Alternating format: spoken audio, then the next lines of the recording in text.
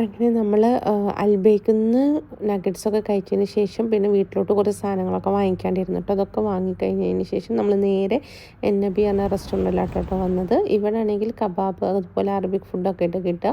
അങ്ങനെ ഇവിടെ വന്ന് കുറച്ച് ഫുഡൊക്കെ കഴിക്കാമെന്ന് വിചാരിച്ചു. എനിക്കും തോന്നുമ്പോൾ വലിയ വിശപ്പൊന്നുമില്ല, പക്ഷേ ഹസ്ബൻഡൊന്നും കഴിച്ചിട്ടില്ലായിരുന്നു കേട്ടോ.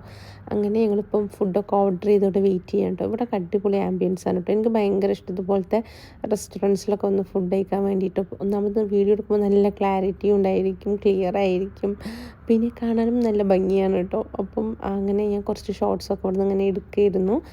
പിന്നെ ഫുഡ് ഓർഡർ ചെയ്ത് കഴിഞ്ഞാൽ ഒരു 20 മിനിറ്റ്സ് എടുക്കുമെന്ന് പറഞ്ഞിട്ടുണ്ടായിരുന്നു. അപ്പോൾ ഫുഡിന് വേണ്ടി ഇങ്ങനെ വെയിറ്റ് ചെയ്യാണ്. പിന്നെ ഇവിടുന്ന് കഴിഞ്ഞിട്ട് നമുക്ക് 2-3 പ്ലാനും കൂടെ ഉണ്ട് കേട്ടോ. 2-3 സ്ഥലത്തും കൂടെ പോകാനുണ്ട്.